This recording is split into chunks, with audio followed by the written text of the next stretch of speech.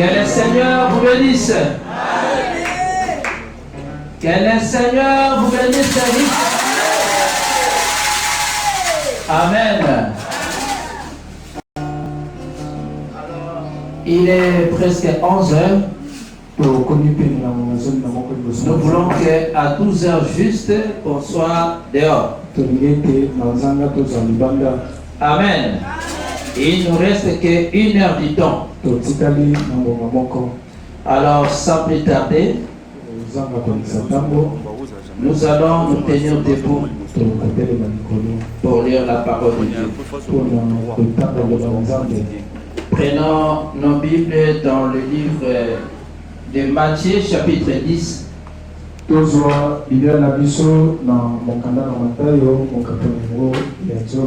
Depuis le premier verset jusqu'au verset 10.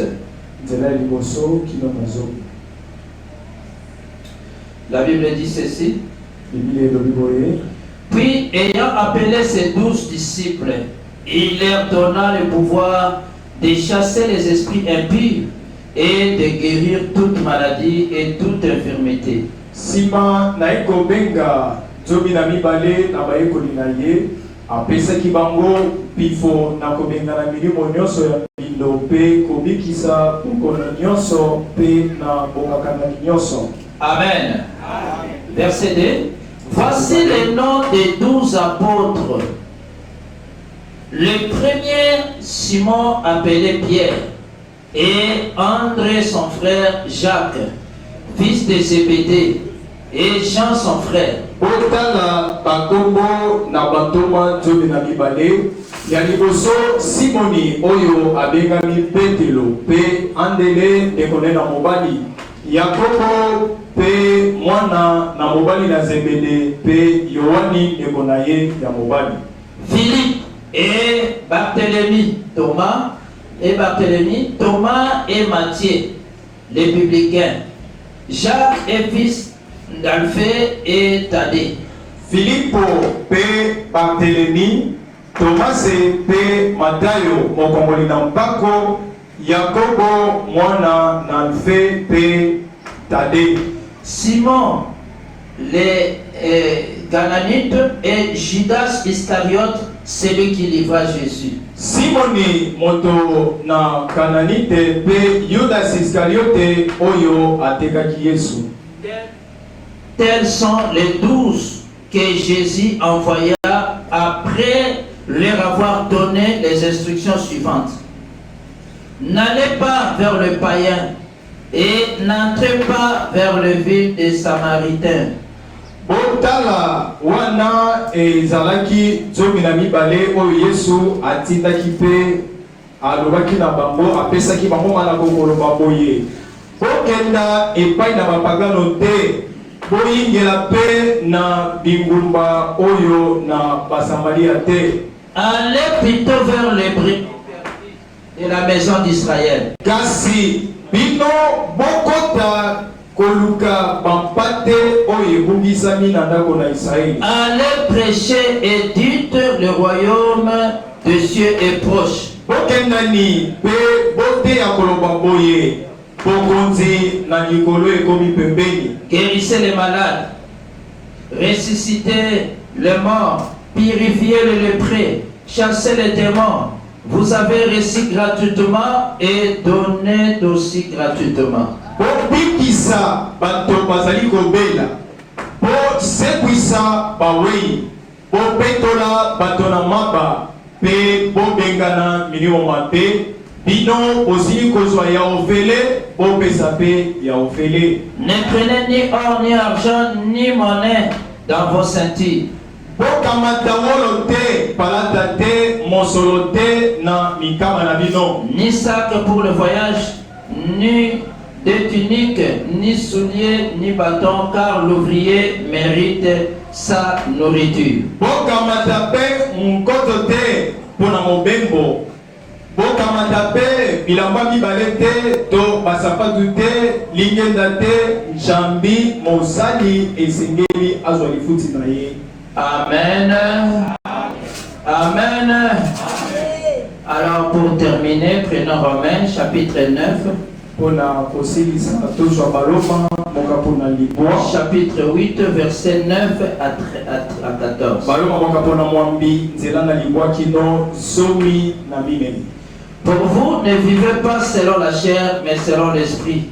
Si du moins l'esprit de Dieu habite en vous, si quelqu'un n'a pas l'esprit de Christ, il ne lui appartient pas.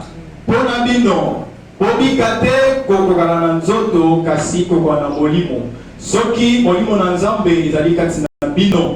Soki moto moko azali na molimo na Kristo te, ye azali pe ya Kristo te. Et si Christ est en vous, le corps, il est vrai, est mort à cause du péché, mais l'esprit est vie à cause de la justice. Pe soki Kristo azali kati na bino, nzoto ezali penza ya solo ya kokufa mpona ntina na lisumu, kasi molimo ezali kobika mpona ntina na boyenge bene. Et si l'esprit de celui qui a ressuscité Jésus d'entre les morts habite en vous, celui qui a ressuscité Christ d'entre les morts rendra aussi la vie à vos corps mortels par son esprit qui habite en vous. Pe soki molimo na oyo asekwisaki Yesu longola bakufi ezali kovanda kati na bino, oya asekwisaki Kristo kati na bawei, ye akopesa bomoi na banzoto na bino ezali kokufa na nzela na molimo ezali kovanda kati na bino. Ainsi donc, frères, nous ne sommes point redevables à la chair pour vivre selon la chair. Na yango bandeko, biso tozali na nyongo na nzoto te poto bika kokokana na makambo ya nzoto. Si vous vivez selon la chair, vous mourrez. Mais si par l'esprit vous faites mourir les actions du corps, vous vivrez. Kasi soki wali kobika ingebene na nzoto solo okokufa. Kasi wali kobika ingebene na molimo bozali ko boma oizali misala na nzoto wana bino bokobika. Car tous ceux qui sont conduits par l'esprit de Dieu sont fils de Dieu. Jambi ba oyo nyonso bakambami na molimo na Nzambe bazali bana na Nzambe. Alléluia. Merci Jésus. Merci Jésus. Alléluia. Vous qui êtes ici, chantez pour permettre aux visiteurs de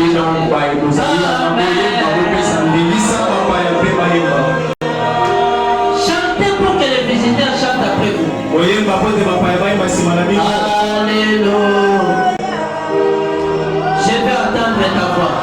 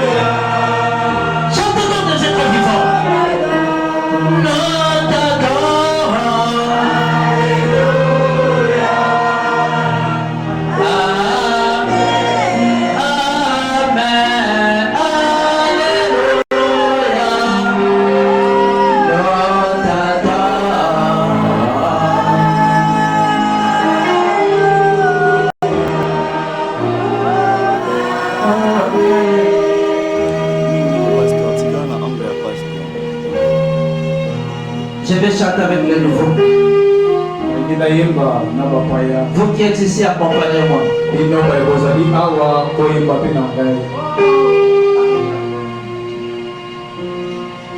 Prions d'abord le Seigneur. Dieu bien-aimé, nous t'invitons, Seigneur. Descends ce matin. Puisse nous visiter par la parole. Et la puissance transformatrice qui accompagne la parole. Que cette puissance-là puisse nous accompagner, Seigneur. Nous voulons proclamer. Nous voulons prêcher.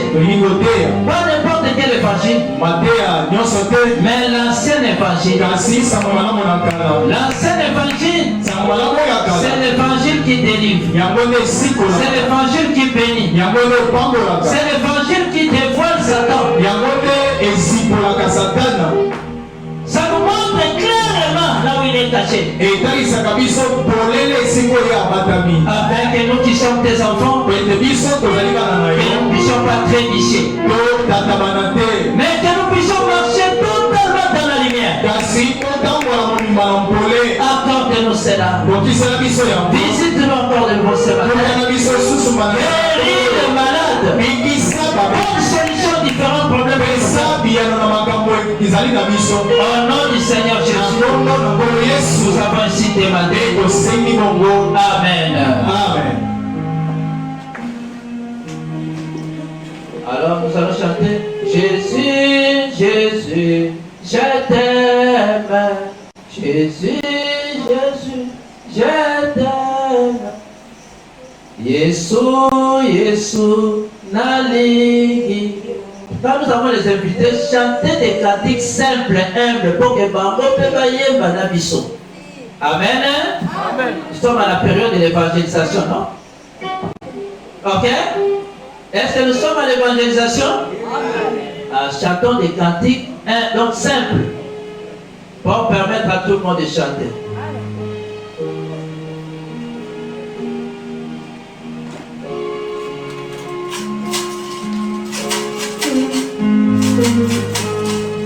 Yesu, Yesu, nalingiyo, lomo kote, oh Yesu, Yesu,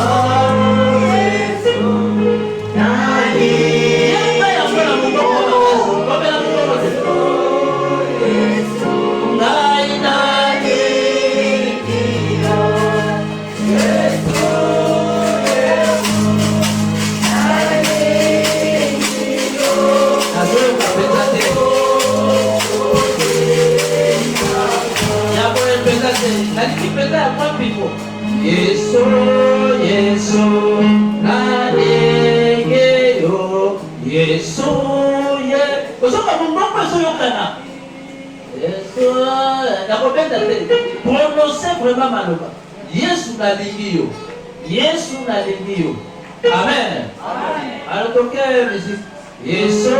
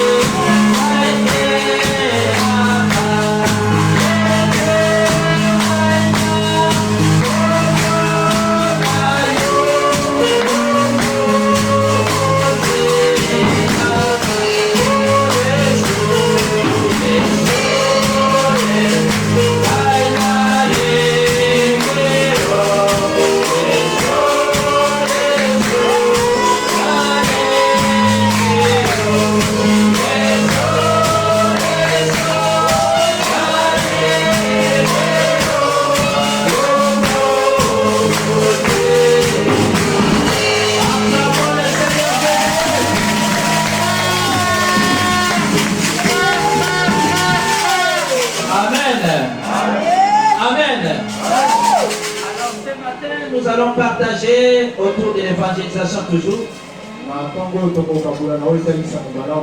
Nous allons voir un sujet intitulé Comment propager l'évangile.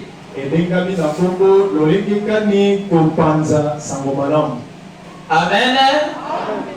Répétez après moi, comment propager l'évangile. Comment, nous sommes en train d'évangéliser, mais comment propager l'évangile? C'est ça le sujet que nous allons partager dans une heure du temps. Amen. Amen. Alors, les versets que nous venons de lire, ça révèle déjà comment les disciples ont fait cela. Amen. C'est dans Matthieu chapitre 10. C'était le Seigneur lui-même. Il a chargé ses 12 disciples. Il leur donna le pouvoir de chasser les mauvais esprits et de guérir toute maladie et toute infirmité. Et après maintenant, il est allé plus loin. Il a donné les noms de ces 12 apôtres-là. Donc, les gens qu'il avait chargés, la tâche d'aller propager, d'aller démontrer. Il a dit, voici le premier nom. Le premier Simon appelé Pierre. André son frère. Jacques fils de Zébédée. Et Jean son frère. Est-ce que vous avez trouvé le nom de Anna là-bas? Vous avez trouvé le nom de Thérèse là-bas? Vous avez trouvé le nom d'une femme? Je continue. Philippe et Barthélemy. Philippe était qui? Une femme ou bien non? Et Barthélemy était une femme ou bien non? Ah, mais vous ne parlez pas comment? Barthélemy était qui? Et Thomas était qui? Une femme était qui? Et Matthieu, le publicain, était qui? Jacques était qui? Un fils d'Alphée et Thaddée. Il était de qui? Le fils d'Alphée est une femme. Et c'est qui? Simon des Canaanites. Et Judas Iscariote. Était qui? Des hommes, hein? C'est lui qui livra Jésus. Verset 5 qui dit, tels sont les 12 que Jésus envoya après leur avoir donné l'instruction suivante. Allez plutôt vers les brebis perdues de la maison d'Israël. Allez prêcher. Et dites, le royaume des cieux est proche. Mais n'allez pas à parole seulement. Quand vous allez là-bas, guérissez les malades. Ressuscitez les morts. Purifiez les lépreux. Chassez les démons. Vous avez reçu gratuitement. Et donnez aussi gratuitement. Alléluia. Alléluia. Est-ce que ça devait devenir clair? Comment on se rend? Alléluia. Maintenant, on va voir ce que le prophète Branham a dit.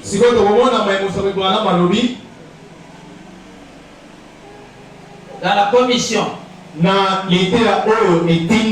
Dans l'évangélisation au temps de la fin. Et là-dedans, il dit ceci. Paragraphe 47. Et lorsque nous faisons un travail missionnaire,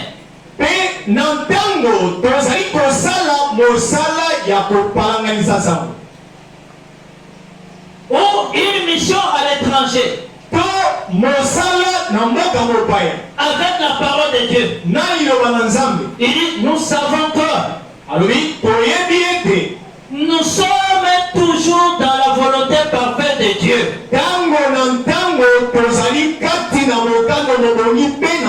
Est-ce que quelqu'un peut dire amen à cela?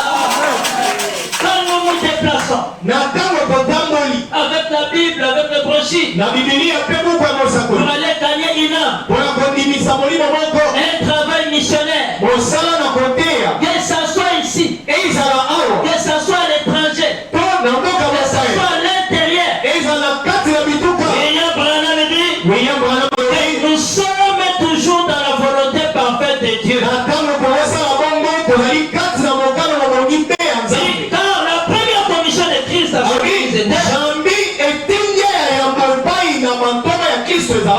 aller et prêcher l'évangile. Cette dernière commission était prêcher l'évangile. La première fois, il n'est jamais ordonné de personnes dans le ministère. Pour qu'elle prêche la parole et aille partout dans le pays. Il a dit, guérissez les malades, ressuscitez les morts, chassez les démons. Vous avez reçu gratuitement et donné aussi gratuitement. Saint Matthieu, le 10e chapitre, quand il envoya les 70.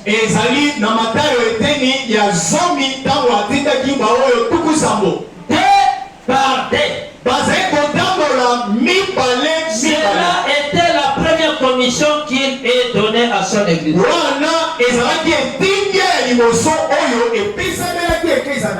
Est-ce que quelqu'un peut dire amen à cela? Là maintenant, je m'adresse à vous qui sortez pour aller gagner les âmes.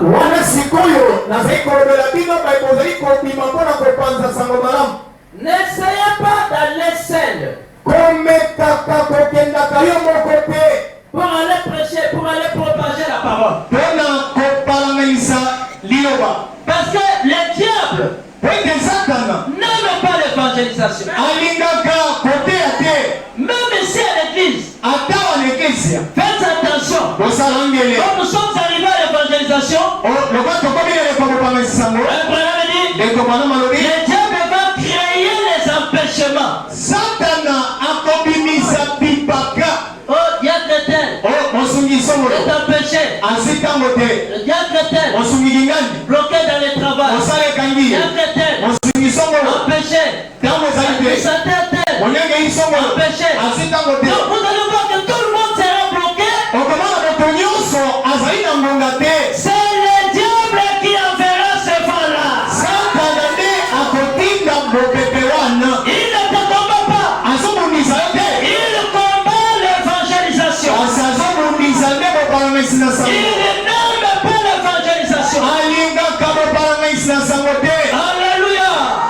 Et toi aussi, serviteur de Dieu, sans la révélation, alors tu te laisses.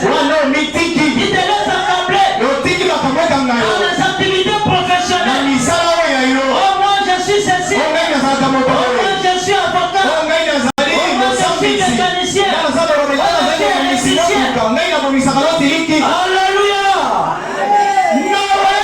Noé, même Paul, il faisait leur travail là, il fabriquait des pains. Mais après, il se rendait compte qu'ils étaient serviteurs de Dieu. Quand quelqu'un oublie le programme de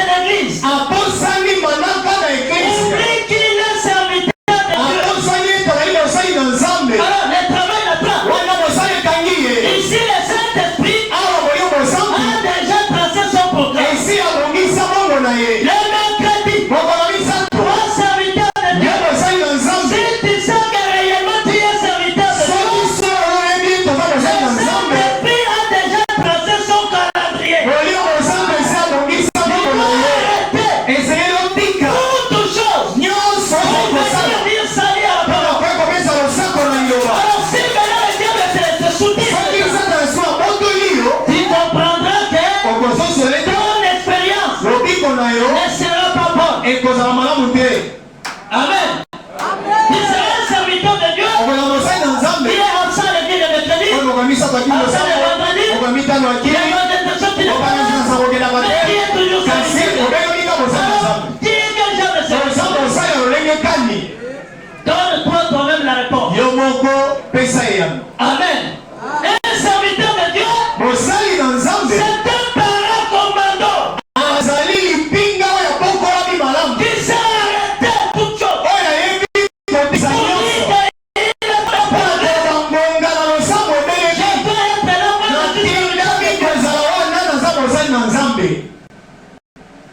Moi, quand j'ai travaillé à Elba Diesel,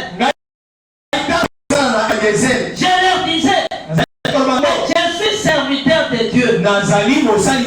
Oh, dans la société, les joueurs vont jouer. Il y a des là, je ne serai pas là, je suis serviteur. Je suis ici avec vous. On m'a consacré pour servir Dieu. Si quelqu'un tout le temps, il est serviteur de Dieu, mais tout le temps il travaille le croix. Tout le temps il travaille le métier. Est-ce que c'est un bon serviteur de Dieu?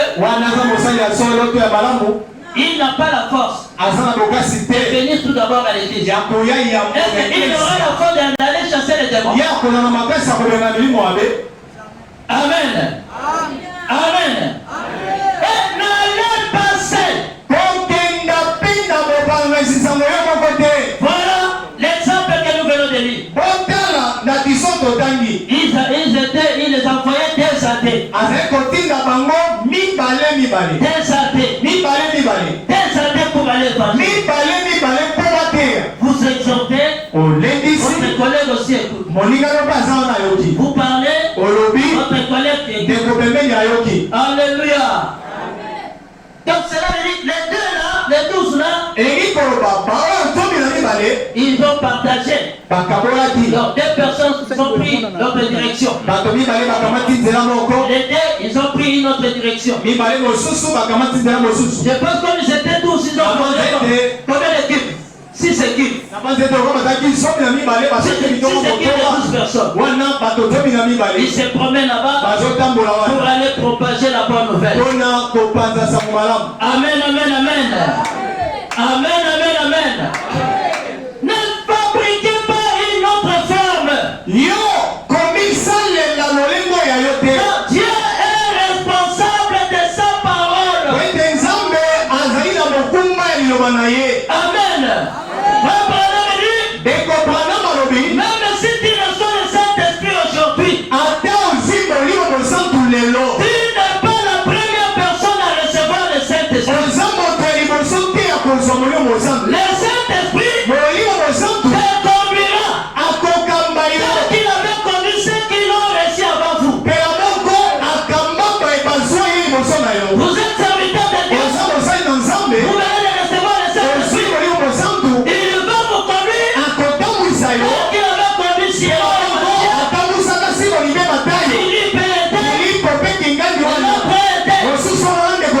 Alléluia.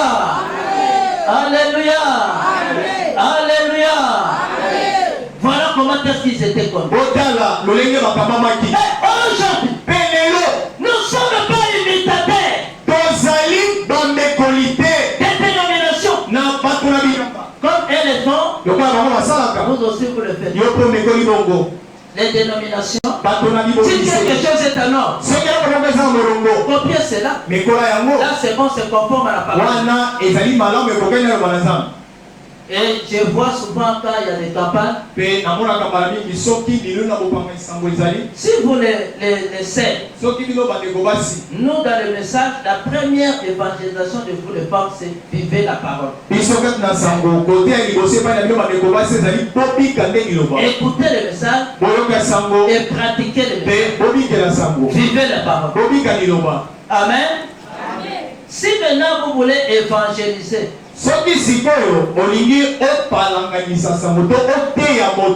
tu dois savoir si toi tu es André ou bien tu es Philippe.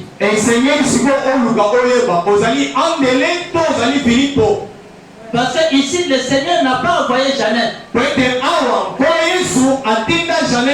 pas envoyé Marie de Magdala.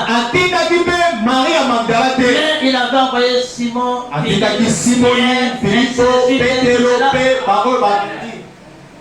Amen. Mais si vous le faites, vous voulez gagner les âmes, appelez aussi, dites que je vais faire ce travail. Je vais propager aussi. Je vais distribuer. Là, on ne va pas vous empêcher. Mais si vous êtes Jeannette, appelez Marie. Appelez Sephora. Vous les femmes. Faites aussi votre groupe. N'allez pas seul aussi. 3 ou 4 sœurs. Dites que bon, nous ne prêchons pas. Vous allez vous donner des invitations, distribuer. Vous êtes là, vous distribuez. 4 ou 5 frères ou 7 sœurs. Dans votre équipe là de sœurs, vous allez faire ce travail. Amen. Amen. Mais n'allez pas toi la sœur. Il prend le frère. Nous avons l'évangélisation. Ne le faites pas. Le Seigneur n'a pas ordonné une évangélisation pareille. Nous ne sommes pas des témoins de Jéhovah. On prend un jeune garçon, avec une fille, elles sont maties. Le corps des femmes et le corps des hommes, nous sommes comme la batterie, la bonne positive et négative.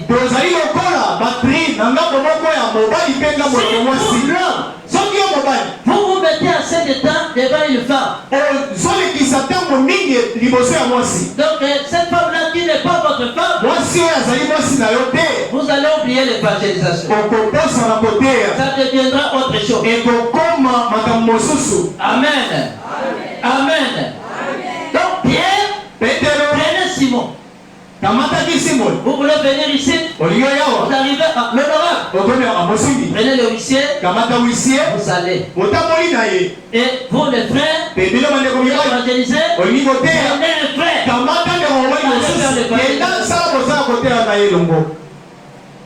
Est-ce que c'est clair?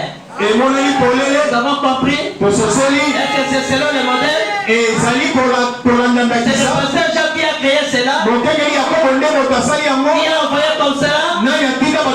C'est la Bible. Il a envoyé des athées. Des athées là. N'allez pas dans le désordre. Vous êtes frères. Prenez frère. Toi sœur, si tu es prenez une sœur. Même sœur, même si il y aura personne qui viendra. Mais si je te vois, toi avec tes frères là, quel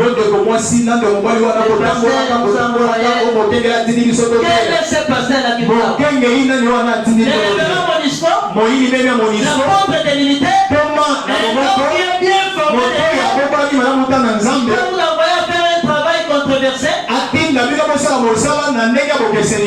Amen. Amen. Comment propager l'évangile? Selon le plan et le modèle de Dieu. Et le plan de Dieu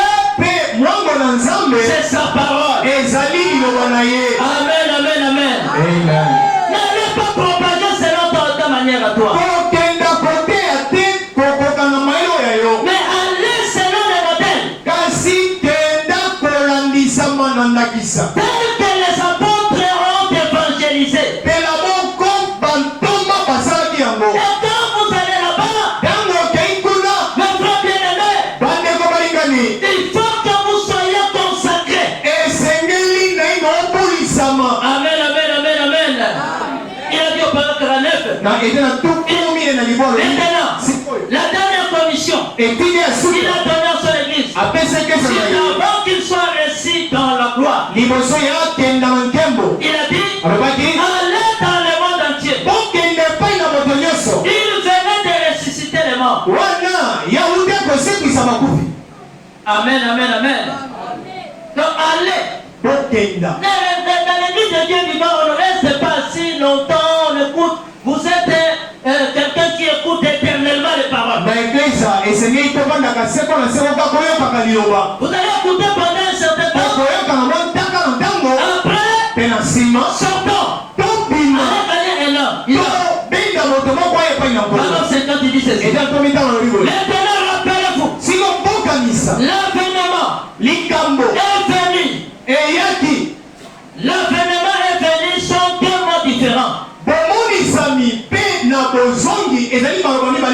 L'avènement ensuite est venu. Maintenant c'est l'avènement. Il est déjà apparu dans ces derniers jours. Ici même avec nous. Dans les dernières quelques années. Maintenant, c'est ainsi que ça venu. Il nous a dit, l'avènement, c'est une autre chose. Et l'avenir aussi, c'est une autre chose. Il sait que nous vivons maintenant dans l'église. C'est l'avènement du Seigneur. L'avènement, c'est le Seigneur qui apparaît.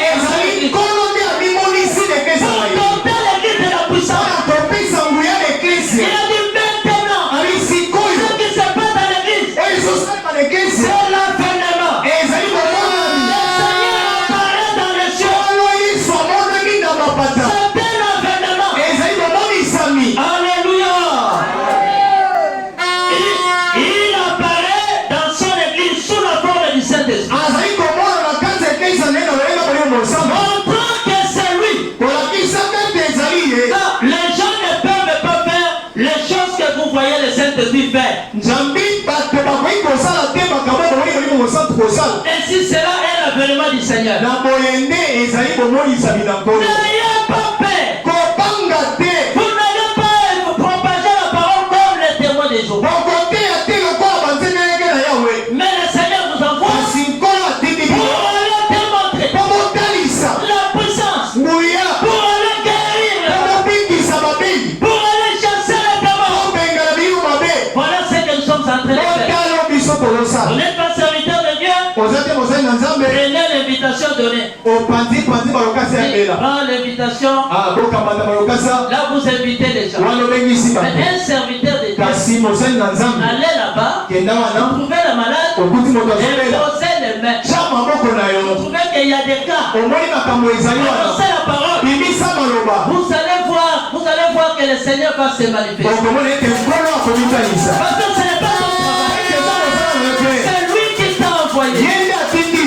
Alléluia. Alléluia. N'ayez pas peur. C'est pas toi qui va guérir le malade. C'est lui-même le Seigneur qui va confirmer. Nous, quand nous habitions Massina là-bas, nous sommes allés louer, il y avait deux pasteurs, moi et l'autre, mon collègue. Les collègues là, on était là. L'autre collègue là, un pasteur dénominationnel, tout le temps, dans des cas, dans des jeux de 6, dans des dames, on mangeait gagné, du matin jusqu'au soir. Un serviteur de Dieu, directement, sa sœur là-bas, son enfant tombe, piquant, crise et tombe malade. Abeli. Mais les autres sont venus. C'est pas lui. Non, mais il faut un serviteur de Dieu. Et c'est une personne dans Zambie. S'il n'y a pas un serviteur de Dieu, cet enfant part. C'est une personne dans Zambie, elle a dit mon nom pour bouffer. Maintenant, la femme est là. C'est comme moi, si on a. Et elle a transporté l'enfant. En même temps, Qui était dans la maison d'un pasteur. ouais, ça qui n'a pas pour un mot. Elle a regardé l'enfant. A taillé moi En train de tituber de elle a dit, Alobi, si je prends cet enfant, je donne à mon frère ici qui est passé. Cet enfant partira. Parce que depuis le matin, un serviteur, devant la dame. Non, je ne crois pas l'enfant sera. Mais cet autre homme de Dieu, moi je crois que cet homme ici a la puissance.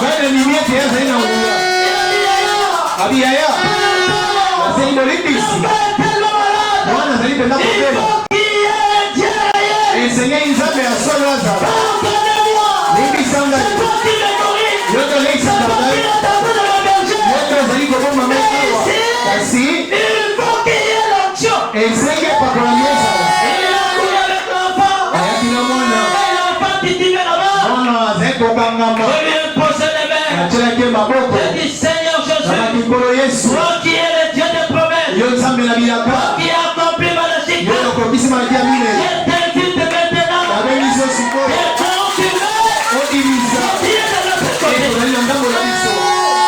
Toi, tu es Satan, enlève tes salvations. L'enfant est revenu. L'enfant qui ne mangeait pas, il s'est réveillé. L'enfant fut guéri. Et l'enfant demandait la nourriture. Likontinambo tezalingambo na biso tokobanga nini solo azalingambo na biso talamonina sambo azalingambo na biso tokobanga nini solo biso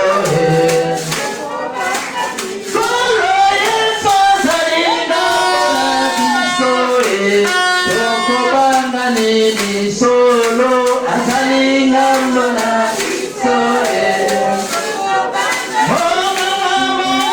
asalingando na bisoe tokobanga nini solo.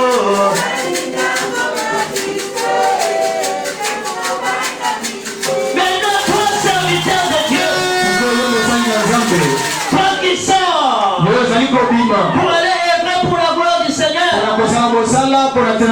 on devait être des serviteurs de Dieu dignes et modèles. Parce que ces gens-ci que vous voyez, ils connaissent les témoins de Jéhovah. Ils connaissent tout le monde qui parle de Dieu. Mais vous, ne soyez pas comme eux.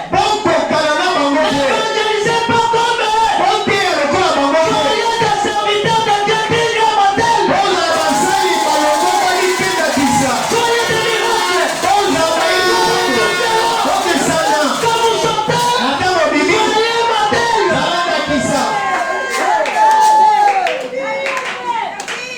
Parce que ces gens-là que vous allez évangéliser, vous allez trouver des esprits. Quand toi tu sors affamé, tu trouves que celui que tu es en train d'évangéliser est en train de prendre du thé, cela ne te concerne pas. Soyez un serviteur de Dieu moderne. Tu sors, tu trouves que l'homme que tu es en train d'évangéliser est en train de compter son argent. Toi qui évangélises, tu termines. Oh, maintenant, bien aimé, moyen, depuis 50 000, ne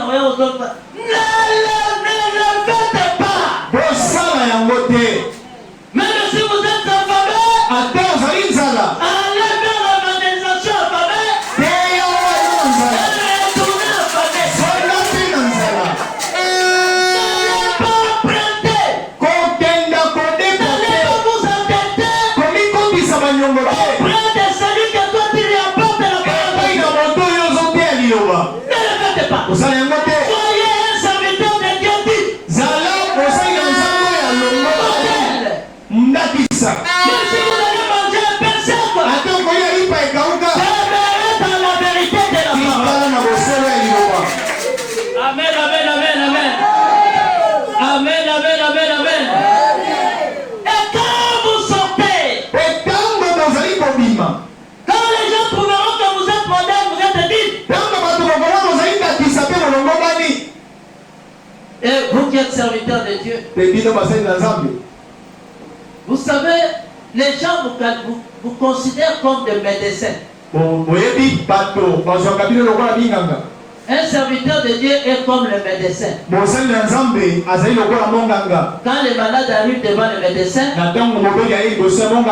même si elle est une femme, un homme prend les habits, prend tous les habits, et toi maintenant le médecin, avec le petit testo, il dit papa je sens mal ici, je sens mal ici. Maintenant tu commences à prier les testo. Est-ce que je dis quelque chose? Cela veut dire qu'en sortant, ces gens-là vont commencer à parler de leurs problèmes, de leurs difficultés. Toute une série de difficultés. Nous ne l'avons pas manqué. Tout cela vous allez le voir. C'est dans l'évangélisation. Là où il y a la formation d'un serviteur de Dieu. Et vous êtes en train de noter. D'ailleurs, tant que tu me vois ici. Oui, le mari n'est pas là. Avec la Bible. Qui est le médecin? Qui est là? Pour donner la forme. Quelqu'un qui est comme ça, pour sortir de la parole, il va l'encadrer. Alléluia. Alléluia. Faites attention. N'allez pas vous apprêter. Vous arrivez quelque part, et vous trouvez une femme enceinte. Soyez prudent. N'allez pas se l'apprêter. Soyez à terre ou à toi. Et soyez prudent. Un véritable serviteur doit savoir, doit veiller sur trois choses. La popularité, l'argent, que ces choses ne vous attrapent pas. Troisièmement, la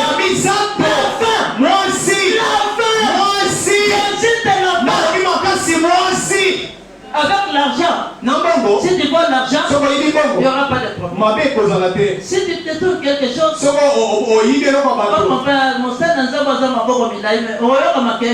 mais dès que tu tombes avec une femme, des trompettes, c'est fini.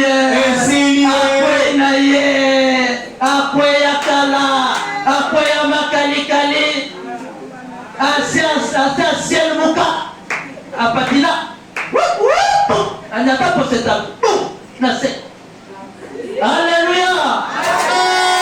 Alléluia. Il y avait un qui avait fait cela à l'Équateur. C'est l'évangéliste. Une femme l'attrapa. La Bible est restée là. Il est revenu à la maison. Quel charme! Il appelle sa femme. Chérie, tu sais tel que je suis là. Je sens comme si je deviens lourd. Maintenant pour continuer, c'est la raison pour laquelle nous devons obéir au prophète. La femme était là en train de le réunir. Nous allons obéir au prophète comme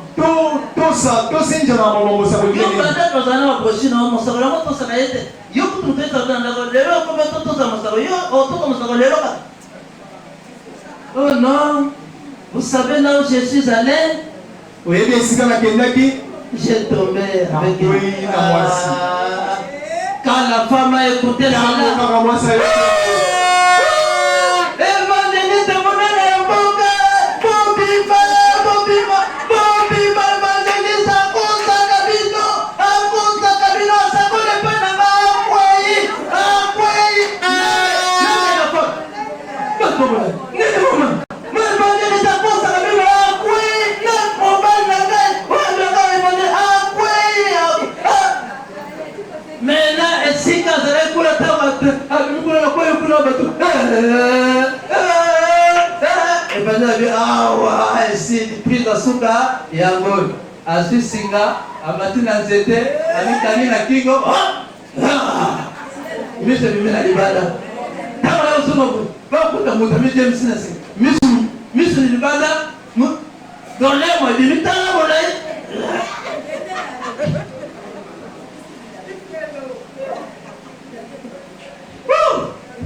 Alléluia. Mosala nyonso asala na Nzambe na mayo. Un serviteur de Dieu. Mosali na Nzambe. Rempli du Saint-Esprit. Il doit faire attention avec ses choses. Veillez sur la population. Na banyongo ya moto ke kote ya sango malamu na koti nyongo na yo tango na mozonga na ya kofuta. Nzamba kosala peta mokele kuna poso mbongo osala boyi. Oko lukata se 10 000 ozo so ngote. C'est le nom na so kasi ko na tepi mbongo ya moto na uti kote ya. Asa mo diversika tata pesa ngana mo pona so msele oko zwate. Amen. Parce que les apôtres, quand ils parlaient, le Seigneur se dit que ne prenez rien. Ne prenez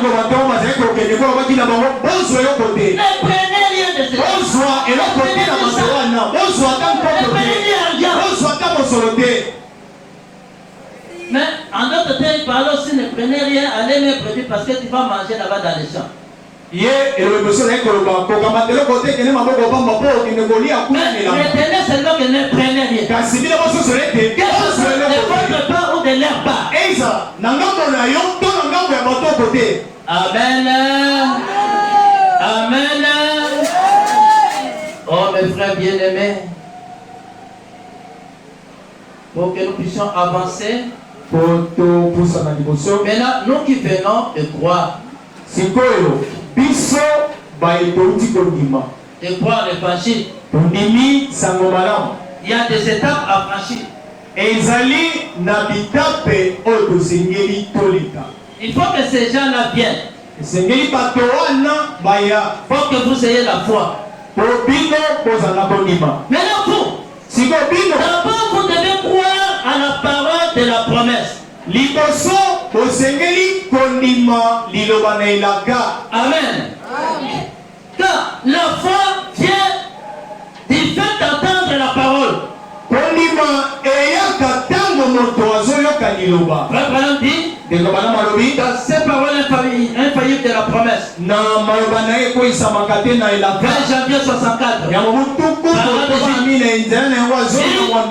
foi vient du fait d'entendre la parole de la promesse. Si vous n'avez pas une promesse, alors vous vous aventuriez sur votre propre foi. Est-ce que quelqu'un peut dire amen? La foi vient du fait d'entendre la parole de la promesse. Pas n'importe quelle parole. Parce que notre Dieu, notre Jésus, c'est un Jésus de promesses. Même avant que lui vienne pour la première fois. Jean-Baptiste était là. Il a posé la question. Il est dit, pour que nous puissions aller répondre. Il leur a dit, je suis la voix qui crie dans les déserts. Amen.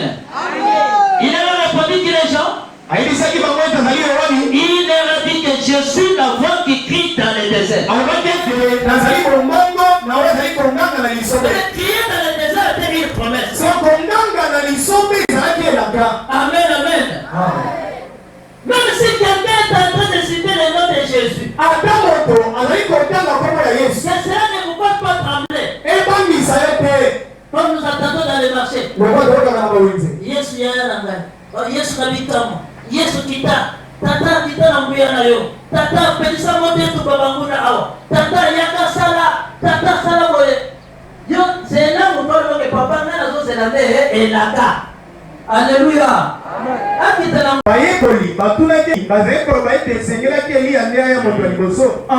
Il a répondu. Il est vrai qu'Élie doit venir et rétablir toutes choses. Solo Elia et Seigneur Yayape. Il était malade. Il dit mon enfant va mourir. La maman a pris la Bible. Maman a commandé Bible. Il a vu dans la Bible. Ataï na Bible. Elia. Quand un enfant était tombé malade, il était mort. Et Élie a prié. Cet enfant est revenu à la vie. Mais la maman a dit la Bible. Il a regardé l'enfant. Il a dit Seigneur. Maintenant où est Élie? Où est cet Élie qui avait dit oh Seigneur, s'il te plaît. La maman s'est reposée sur la chaise. Quelque temps, il est entré en songe.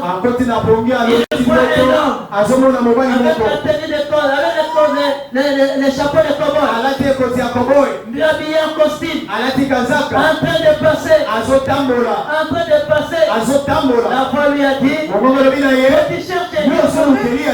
Et il dit voilà c'est ton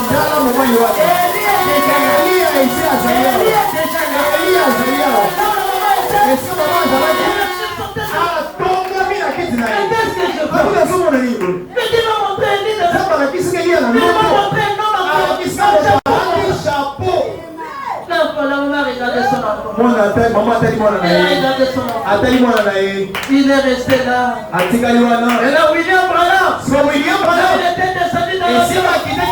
La femme lui dit entre à gauche. Il se met entre à gauche.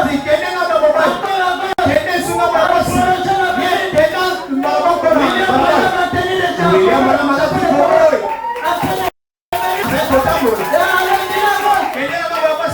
Branham est allé tomber jusque là où c'était ma mère. Et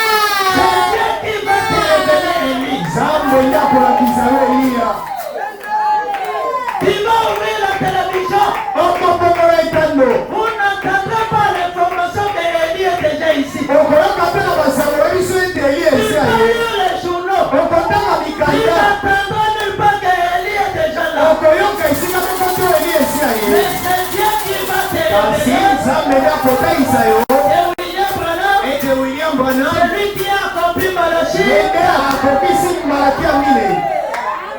Amen, amen, amen, amen.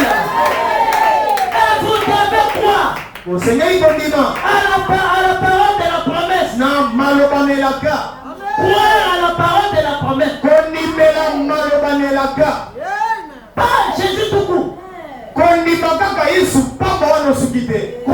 d'abord que Élie est déjà venu.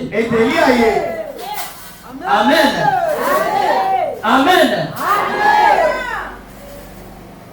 Comme c'est fait à la première venue. Il dit Élie devait venir. Il dit Élie est déjà là, mais les gens. À la seconde venue, alors que Christ retourne, d'abord qui viendra, Élie doit venir. Parce que Élie, il est le moteur éclaireur. Quand lui sort, boum. Vous comprenez que derrière lui, il y a le chef de l'État. Élie doit venir d'abord. Vous devez le croire. tukutuku ya karonga na mwenye tena mwenye kaka yo Yesu. Yoso mwenye singa Yesu aye mtukutuku yete soda basoda pe bayete kaka yo mwenye kamba mo president parti wana azwana makolo akomelio. Esa wabongo? Amen. Muta tukutuku ya kaliboswana omoni yete basoda pe bakante bio yo mwenye bamote kaka mbaramongo mwenye kaka ya bini bote na bino bamama aya nengo wana nizambo ya biso azali nzambo ya bila iboso ya koma sekeli tukutuku na ye ekoma esekeli basoda na sécurité bakoma simana wana tobeli ke tobika yo Yesu yaka na yo Yesu wana kotenga na wesu Yesu yeye na ngani kita sala tumba bango Yesu bomba Yesu bigi sikoyo elaka ninyo ila elaka ezate kaka ye Yesu bande na bebelio wala te wala kokite amen yaba dibaya sande wana yaba dina presera bisa ya kande wana tukutuku yete basoda bayete kaka yemo ga yebo bima ko ngai kweta na yebo tala bino ko ndimande wana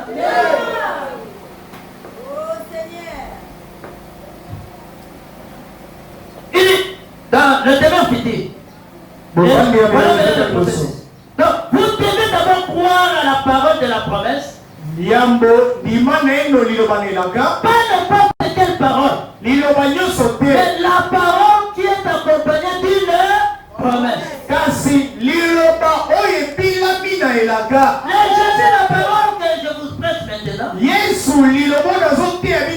est accompagnée d'une promesse de Malachie 4.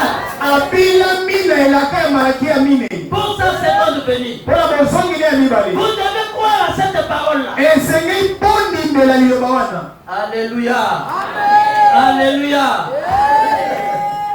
Vous pouvez parcourir toutes les églises du monde. Oh, bisoto banda kala. Bien sûr, personne n'a naka oyo naka. Okoyoka naka kat na bango ezali. Et ensuite, après avoir écouté la parole de la promesse, qu'est-ce que vous allez faire? Vous allez vous repentir de vos péchés. Ne vous limitez pas à croire. Et il faut maintenant vous repentir. Vous regrettez de la genre de vie que vous avez menée, de votre conduite, de mauvaises paroles, de mauvais agissements. Et vous changez maintenant de direction. La repentance, cela veut dire que changement de direction. Quand vous allez changer de direction, vous étiez derrière les églises. Dans l'église catholique, dans l'église protestante, aucune promesse n'a le vous quittez là-bas, vous entrez dans les néo-apostoliques, il n'y a aucune promesse. Vous allez dans des groupes de prière, aucune promesse. Et dès que vous arrivez à Dieu des promesses, dès que vous écoutez la parole de la promesse, directement, vous tournez le dos à toute la dénomination et vous prenez maintenant la direction de la parole de la promesse. Vous demeurez dans la parole de la promesse. Alléluia. Et dans la parole de la promesse, et après cela, vous allez être baptisés dans l'eau. Et être baptisé dans l'eau au nom du Seigneur Jésus-Christ. Et quand vous allez terminer à être baptisé dans les noms de Jésus, alors vous allez maintenant entrer dans le processus de la sanctification par la parole de la et par la pratique des œuvres de la sainteté. Là maintenant, vous commencez, votre vie commence maintenant à changer. Jusqu'à ce que vous allez marcher dans ce chemin, jusqu'à ce que vous soyez remplis du Seigneur. Amen. Amen. Et la sanctification. Et la sanctification signifie nettoyer, être nettoyé et mis à part pour le service. C'est ça la sanctification. Dieu va commencer à nettoyer ta vie. Dieu va commencer à te purifier, à te nettoyer. Il dit répandez-vous et soyez baptisés dans le nom de Jésus. Pourquoi dans le nom de Jésus? Pour la rémission des péchés, pour enlever les péchés. Ça n'a rien à voir avec l'avenir. C'est seulement votre péché a été retranché. Amen, amen. Amen, amen. La repentance. Et Dieu vous sanctifie. Maintenant, dès que vous arrivez à la parole de la promesse, on te dit maintenant, répands-toi. Toi tu commences. Zambé nangai, dimbisa tata nangai mabe asalaka. Vraiment dimbisa bakoko na biso ya famille basalaka mabe. Balobi te ki oke kosenga dibolimbisi ya bango. Repentance au sala pour la vie na yo moko propre. Est-ce que quelqu'un peut dire amen à cela? Vous ne pouvez pas vous repentir de ce que Adam avait fait.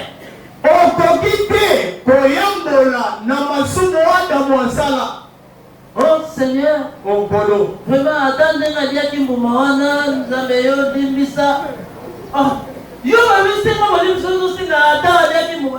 demandez pardon pour votre propre vie. Ce n'est pas vous qui l'avez fait, c'est Adam. Vous obtenez simplement le pardon de ce que vous avez fait. La vieille nature est encore là. Est-ce que c'est compris? Est-ce que c'est compris?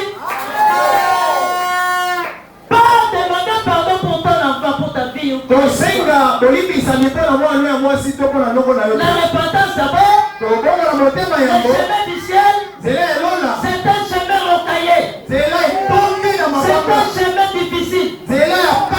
Même si vous êtes croyant n'importe comment, même si vous êtes élevé à la foi, vous ne saurez pas introduire ton enfant au ciel là-bas. Tu vas vous allez demander pardon pour vous-même d'abord.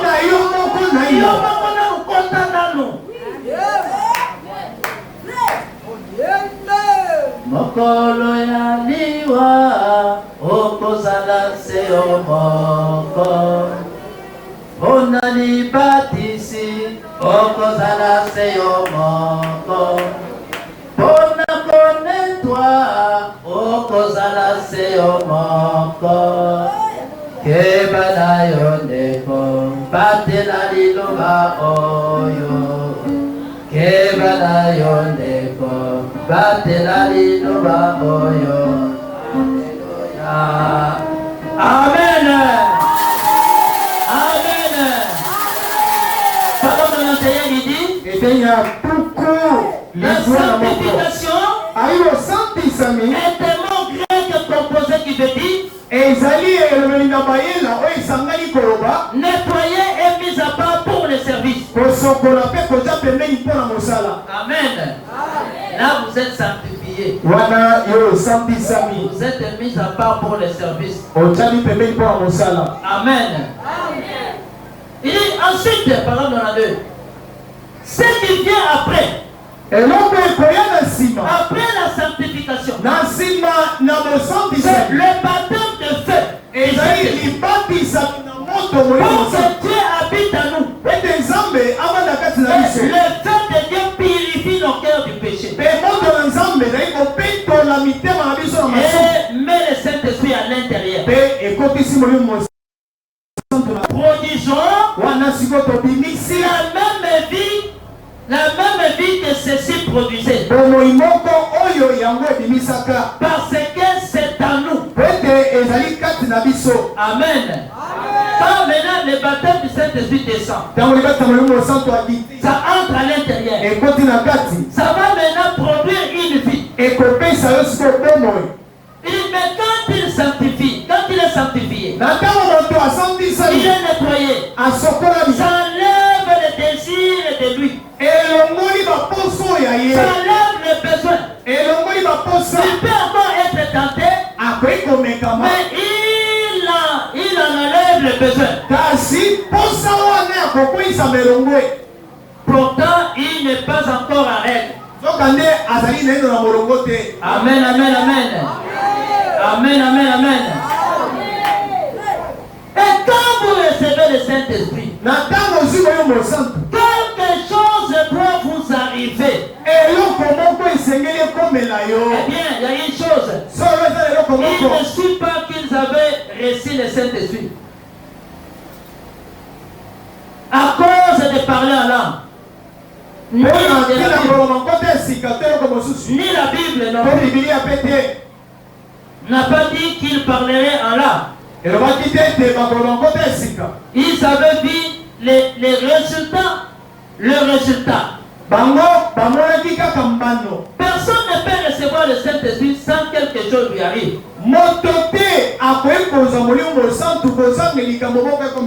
Quand vous recevez le Saint-Esprit, il y aura quelque chose qui va vous arriver. Quand vous parlez à quelqu'un, il s'entête, il comprendra que ce n'est pas un homme qui lui a parlé. C'est Dieu qui lui a parlé. Amen. Amen. Donc quelque chose doit arriver dans ta vie. Toi aussi tu sauras. Tel que je suis ici, je ne suis pas la personne qui était là hier. Je suis une autre personne. Amen. Amen. Ce n'est pas quand vous recevez le Saint-Esprit. On te pose la question. Mais tu as déjà reçu le Saint-Esprit? Ah, pasteur, comment on a répété le Saint-Esprit? Est-ce qu'à quoi on a servi à ça la vie? Là, il y a rien. Amen. Le Saint-Esprit, c'est comme une femme qui était vierge. Il faut entrer en contact avec un homme et qu'on soit. Dès que ça commence là-bas dans le ventre, cette femme-là comprendra qu'il y a quelque chose. Elle va commencer à jeter des salives. Après quelques temps, j'ai besoin de dire mangue qui n'est pas mûri. Les mamans connaissent le Dieu, comment on va mangue on dit, il y a alléluia. Et après un certain temps, pas les mangues, c'est les mabélés. Oh, Nadia mabélé. Alléluia. Mais nous avons dit que nous avons soso sanini. Nous avons dit que nous avons soso. Ngombe. Il y a des soso talingali à la manga mauvaise. C'est que il y a une vie à l'intérieur qui commande. Amen. Amen. Quelque chose arrivera. Et là, comment dans le nom de Jésus, pendant 61, nous croyons que vous recevez le Saint-Esprit par une expérience. Et non par une conception intellectuelle. Et des Écritures. Mais par une expérience que vous seul connaissez.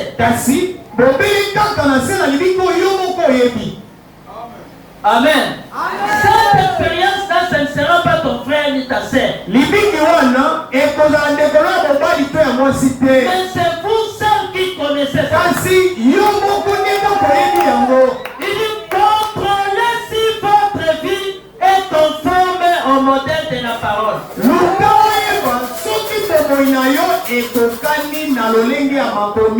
Amen.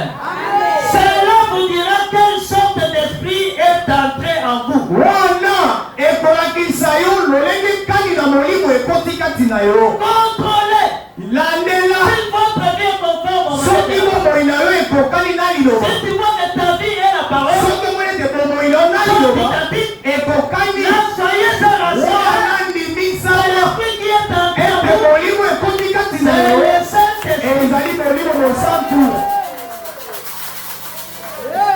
Mais si tu parles là, peso obiko basi si tu danses en esprit, obili na molimo tu sors là, tu danses en esprit. boyi wana ozokana na molimo olobi mpo te esika Non, ça veut dire absolument rien. biso etali biso te Même si tu vas sauter à toucher les ata gens, opimbuki otuki manzanza oyo les gens diront qu'il est rempli. bato bakomo atondi Cela nous dira absolument rien. ekoloba na biso ata eloko te Nous allons contrôler ta tokotala bomoi na yo Nous allons contrôler ta vie tokolandela bomoi na yo avec la parole. na liloba Si les actes que vous soki faites, misala ozosala si ce que vous faites là, soki ozosala est wana conforme à la parole. ekokani na liloba Si les langues là que vous parlez, soki biloko esika ozoloba wana olobi lokola yango olobami na bibili au jour de la Pentecôte, okolandi te la alléluia. amen Mais tu viens, tu parles là, yo ye lelo olobi mpo te esika obili na molimo obibuki lobi on t'attrape dans des endroits. bakangi oyo bisika ya mbindo Là, les parlants langue là, wana bankota esika wana ntina na yango nini tu viens, tu danses en esprit. oyo obimi na molimo Dans la parole de Dieu, ntango na nzambe quand tu tebi danses en yo esprit, ozokila na molimo ozosepela mais après,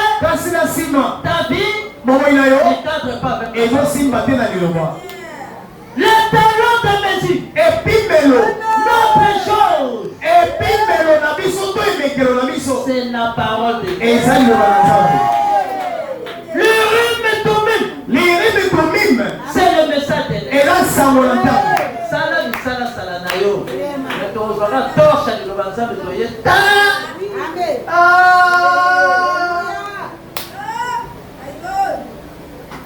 Nzoka ndenge bakomosala tongo moko asalaki yango te. yango lelo basalaka etokanga batémoin de Jéhovah baza bato ya loku ya lokuta. Parce que Thomas Pierre atambolaka jamais na Marie de Magdala bakende koganye milimo ya bato. Ye akendaki Paul na Philippe, ete na Matthieu, ete sikoyo bango bazoya bakamati jeune fille na jeune frère obokende koteya boganye milimo bato. Nani tomani asalaka nini wana Biblia? Tomani na Biblia azwaka communion akende komelisa bebe oyo akotami sika yakende kokamata communion apesa ye. Tomani asalaka bêtise ndenge wana. Bebe nano te liloba nzambe te, nano esi libati te, yokende kokamata communion opesa ye wana ezali nde torche ya liloba na nzambe nde yango etasaka polele. Avec contrôler ta vie avec la parole. Contrôler tes pratiques avec la parole. talela misala na yo na liloba Si tu vois que cela ne cadre pas avec la parole, soki omoni ebalani te na liloba alors comprenez que l'esprit qui te conduit yeba malamu ete molimo n'est ezokomisa pas yo le Saint-Esprit. eza molimo mosantu te On ne dit pas le Saint-Esprit, toboyi te eza molimo mais ce n'est pas le eza Saint-Esprit. molimo kasi molimo Parce qu'il y a mosantu te plusieurs esprits. po milimo ezali ebele Il y a l'esprit de séduction, milimo ya il y a kopepisa l'esprit ezali de vol, milimo ya moyindo ezali molimo ya lokutana ezali milimo ezali bayi mais te pour que nous soyons certifiés, kasi po biso tondimisa mayele eza molimo il faut mosantu que ta vie esengeli te molimo na yo na liloba na nzambe devienne un. ekoma moko Il faut que ta vie esengeli na yo devienne un message. na nsango Devienne la même chose. ekoma eloko moko Frère, vous pouvez me signaler qu'il est temps. batalisika ete bongo ekoki Voilà maintenant ce que Dieu nous demande ici dans sa parole. botala sikoyo nzambe asengi biso na eloba na Je ye vais terminer par là. nakosukisela wana Comment au temps du prophète Branham, na ntango ya ndeko branam les gens ont propagé la bonne nouvelle. lolenge nini bato bateyaki sango branam Amen, amen, amen. Écoutez, frère Branham. boyoka ndeko branam Frère Branham dit, ndeko branam il alobi y a eu un vieux même de 84 ans ezalaki na mobange ya mibu tuku mwambi na au champ mine de mission. na mosala ya koteya Un vieux mobange de 80 ya ans. mibu tuku mwambi na mine Il dit dans, voyez-vous que je peux faire, voyez-vous ce que je peux faire maintenant? na litera oyo bondimi ongai na koki kosala sikoyo Voyez-vous que je peux faire maintenant, je peux faire ceci. bondimi ngai na koki kosala likambo oyo 9 mai 51. ya mobu tuku mitano na moko Il dit ceci par la première. ete na liboso J'aimerais dire que je suis très heureux. nalingi koloba boye natondi na esiko J'aimerais commencer ceci ce soir Na lingi na lo baboye na poko we. que cet homme âgé d'environ 80 ans, Mobali oyo azali na mibutuku mwambi na il kobakisa. a environ 84 ans. Azali na mibutuku mwambi. Il n'est plus en mesure de travailler. Azali susu na makoki akosala mosala te. Il fait son temps. Azopesa ntango na ye. Akomi na suka ya ntango na ye. Il fait son temps. Akomi na suka ya mikolo akomika na ye. Et il a de l'enthousiasme Kasi azali na posa wana pour propager le message de Jésus. ya koteya sango ya Yesu. De Jésus-Christ. Ya Yesu Kristo. Je veux bien l'aider à le faire. Ngai nasepeli kosunga ye asala Dieu yango. bénisse mon frère. Nzambe apakola ndeko na ngai mobali. Ça va aller de l'avant. Eza malamu kende liboso.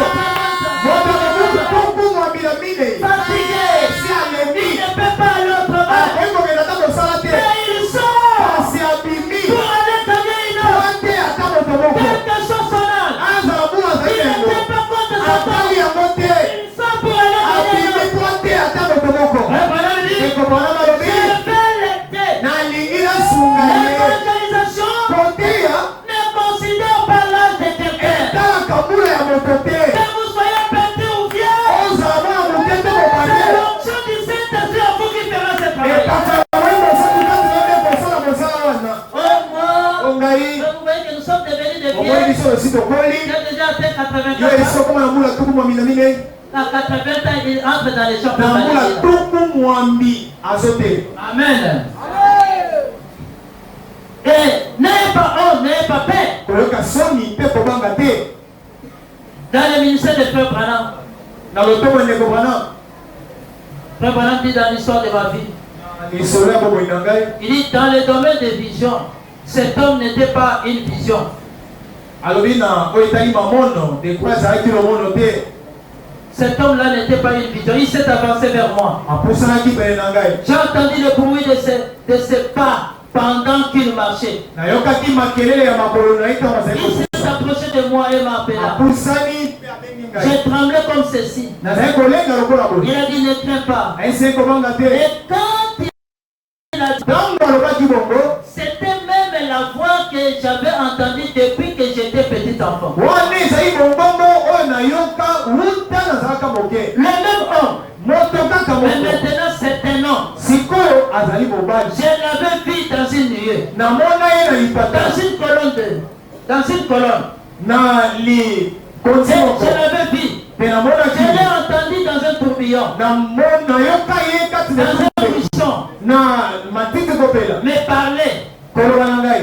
Mais je ne l'avais jamais vu sous forme d'un homme. Kasi naino namona ye na lolenge ya moto te. Mais ici, Kasi awa il était sous la forme d'un homme. azalaki na lolenge ya moto. Il a dit, Alobaki je suis envoyé de la présence de Dieu Tout-Puissant natindami liboso na bozali ya Nzambe na nguya nyonso. pour te dire la raison de ta vie ainsi de ta naissance particulière. Mpona koyebisa yo ntina na mbotama mpe na bomoi na oyo ya bokeseni. Tu dois aller dans le monde, Etindami na yo kokenda na prier mokili pour les malades. kosambela mpo na babeli. Il a dit, Alobaki ton ministère lotomo na se yo répandra dans le monde entier ekopanzana mokili mobimba et celui-ci apportera l'évangile mpe ekoteya sango malamu et la puissance nguya qui amènera la seconde venue de Christ. oyo ekomema bozongi ya mibale na Kristo. Est-ce que quelqu'un peut dire amen à cela? Il a dit ton ministère. Lotomo ya yo Ton ministère répandra dans le monde entier. ekopanzana mokili mobimba Et celui-ci apportera l'évangile mpe lotomo yango ekomema sango malamu et la puissance mpe nguya qui va amener maintenant la seconde venue de Christ. oyo ekozongisa bozongi ya mibale na Kristo. Pour que Christ retourne pour la seconde. Kristo azonga mpona ba Il a mibale dit ton message, sango na yo ce sera puissant. ekozala ya nguya Une puissance nguya qui viendra, oyo qui va se manifester. ekotalisa C'est cette puissance-là qui va attirer la seconde venue de nguya Christ. wana nde ekobeta koyina mibale na Kristo. Amen, amen, amen, amen, amen. Amen, amen, amen, amen. Et c'est ça qui a fait que William Branham Il a reçu un grand travail dans le baptistère. Et cette place ici, vous allez voir dans les jours à venir. Comme nous venons d'arranger notre baptistère. Et que l'évangile est en train d'être sonné, les gens viendront en masse pour se faire baptiser. Ce n'est pas moi, c'est la parole qui va les attirer. Peut-être je vais terminer par ici. Il dit, je me rappelle, dans les esprits séducteurs, paragraphe 158. Je me rappelle, nous étions environ 500 debout là-bas. Quand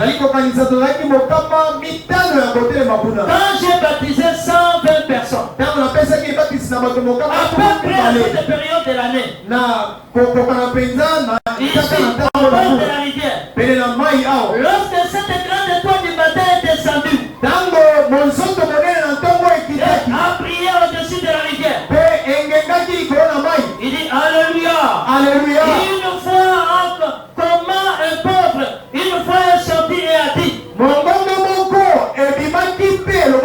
un jour, il répandra l'évangile dans le monde entier. Et comment un petit garçon de ferme et ignorant pourrait-il jamais faire ça?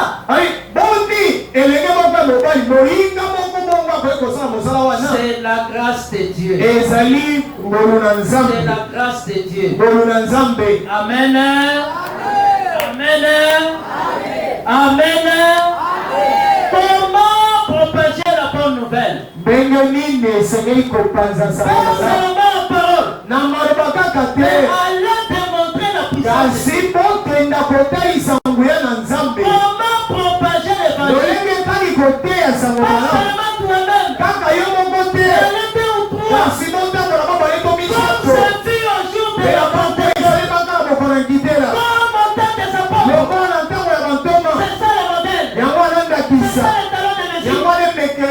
Amen, amen, amen. Là où ils sont en difficulté, invoquez le nom du Seigneur et le Seigneur sera là pour répondre à votre appel. N'ayez pas peur. N'ayez pas peur. Ne reculez jamais. Ne commencez jamais l'œuvre de Dieu. Et ensuite vous devenez fainéant. Non, l'évangélisation. Quand vous commencez l'évangélisation, c'est toutes les batteries. C'est tout le monde. Les pasteurs vont prêcher la parole de l'évangile. Les diacres, vous devez prendre toutes les dispositions. Comment recevoir les gens que nous sommes en train d'évangéliser? Les chantres, vous allez faire tout pour prendre des cantiques. Des cantiques élémentaires. Des cantiques du début. Yesu Nzambe na nguya. Yekolo na kimia. Yetata yela. Yesu mologi. Yesu mologi. Yesu molongi ya satana. Solo Yesu molongi. Yesu molongi. Yesu nalingi yo. Yesu nalingi. Mais on peut dire que lelo tout le monde fait mais on doit pas commencer comme ça. Parce que on va dire que il y a pas de peu Yesu nalingi yo. Yesu nalingi yo. Yesu nalingi yo mokozi nanga. Et ça c'est vraiment simple.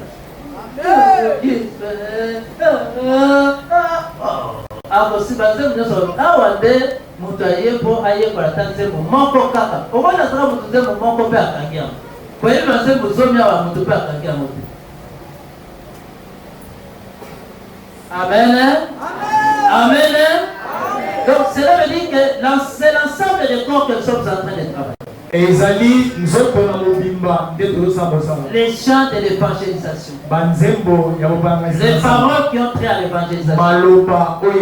Un service dans l'église qui a trait à l'évangélisation.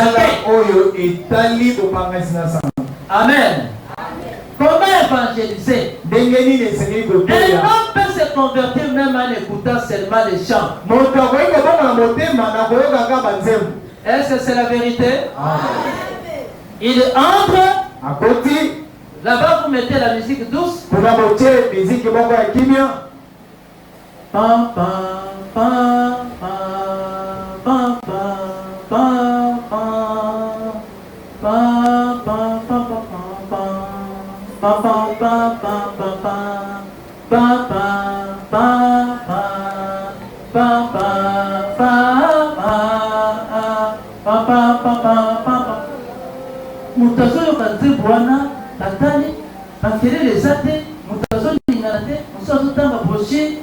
c'est là où ça commence l'évangélisation. Amen. Amen.